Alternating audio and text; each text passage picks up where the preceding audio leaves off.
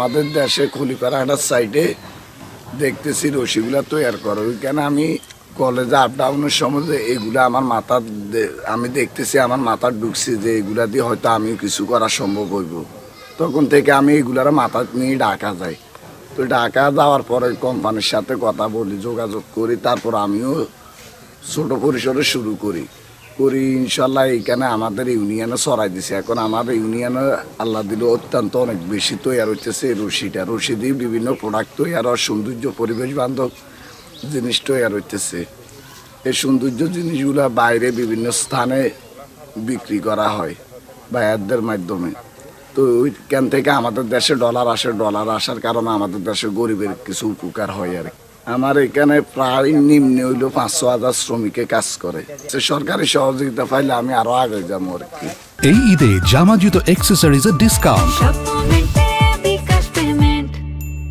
প্রতিটা ঘরে ঘরে কুটির শিল্প তৈরি হয়েছে।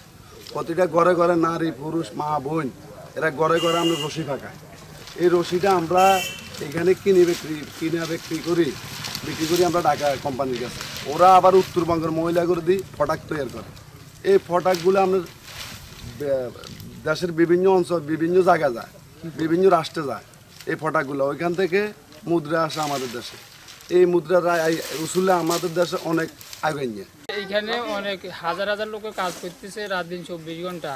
এগুলা দিয়ে দেখ না ফাতা দিয়ে মুড়ি পাকে, এরপরে জুড়ি বানায়, খাট বানায়, পাপোশ বানায়। এগুলো ঢাকা ইম্পোর্ট করে, ইম্পোর্ট থেকে এগুলো বাইরে ইম্পোর্ট করা হয় ঢাকা থেকে। পাতা দিলে মনে করেন উচ্চা বড় ছোট উসমিয়াল করি হেলাই, আগে ছোট গুণ বানাই হেলাই, শেষে বড় গুণ বানাই হেলাই। আবার এটা ওষুধি তো এটা আবার পানি মারি, পানির তনে আবার উঠাই আমরা এটা কেসি এটারে তো আমরা পাকাই।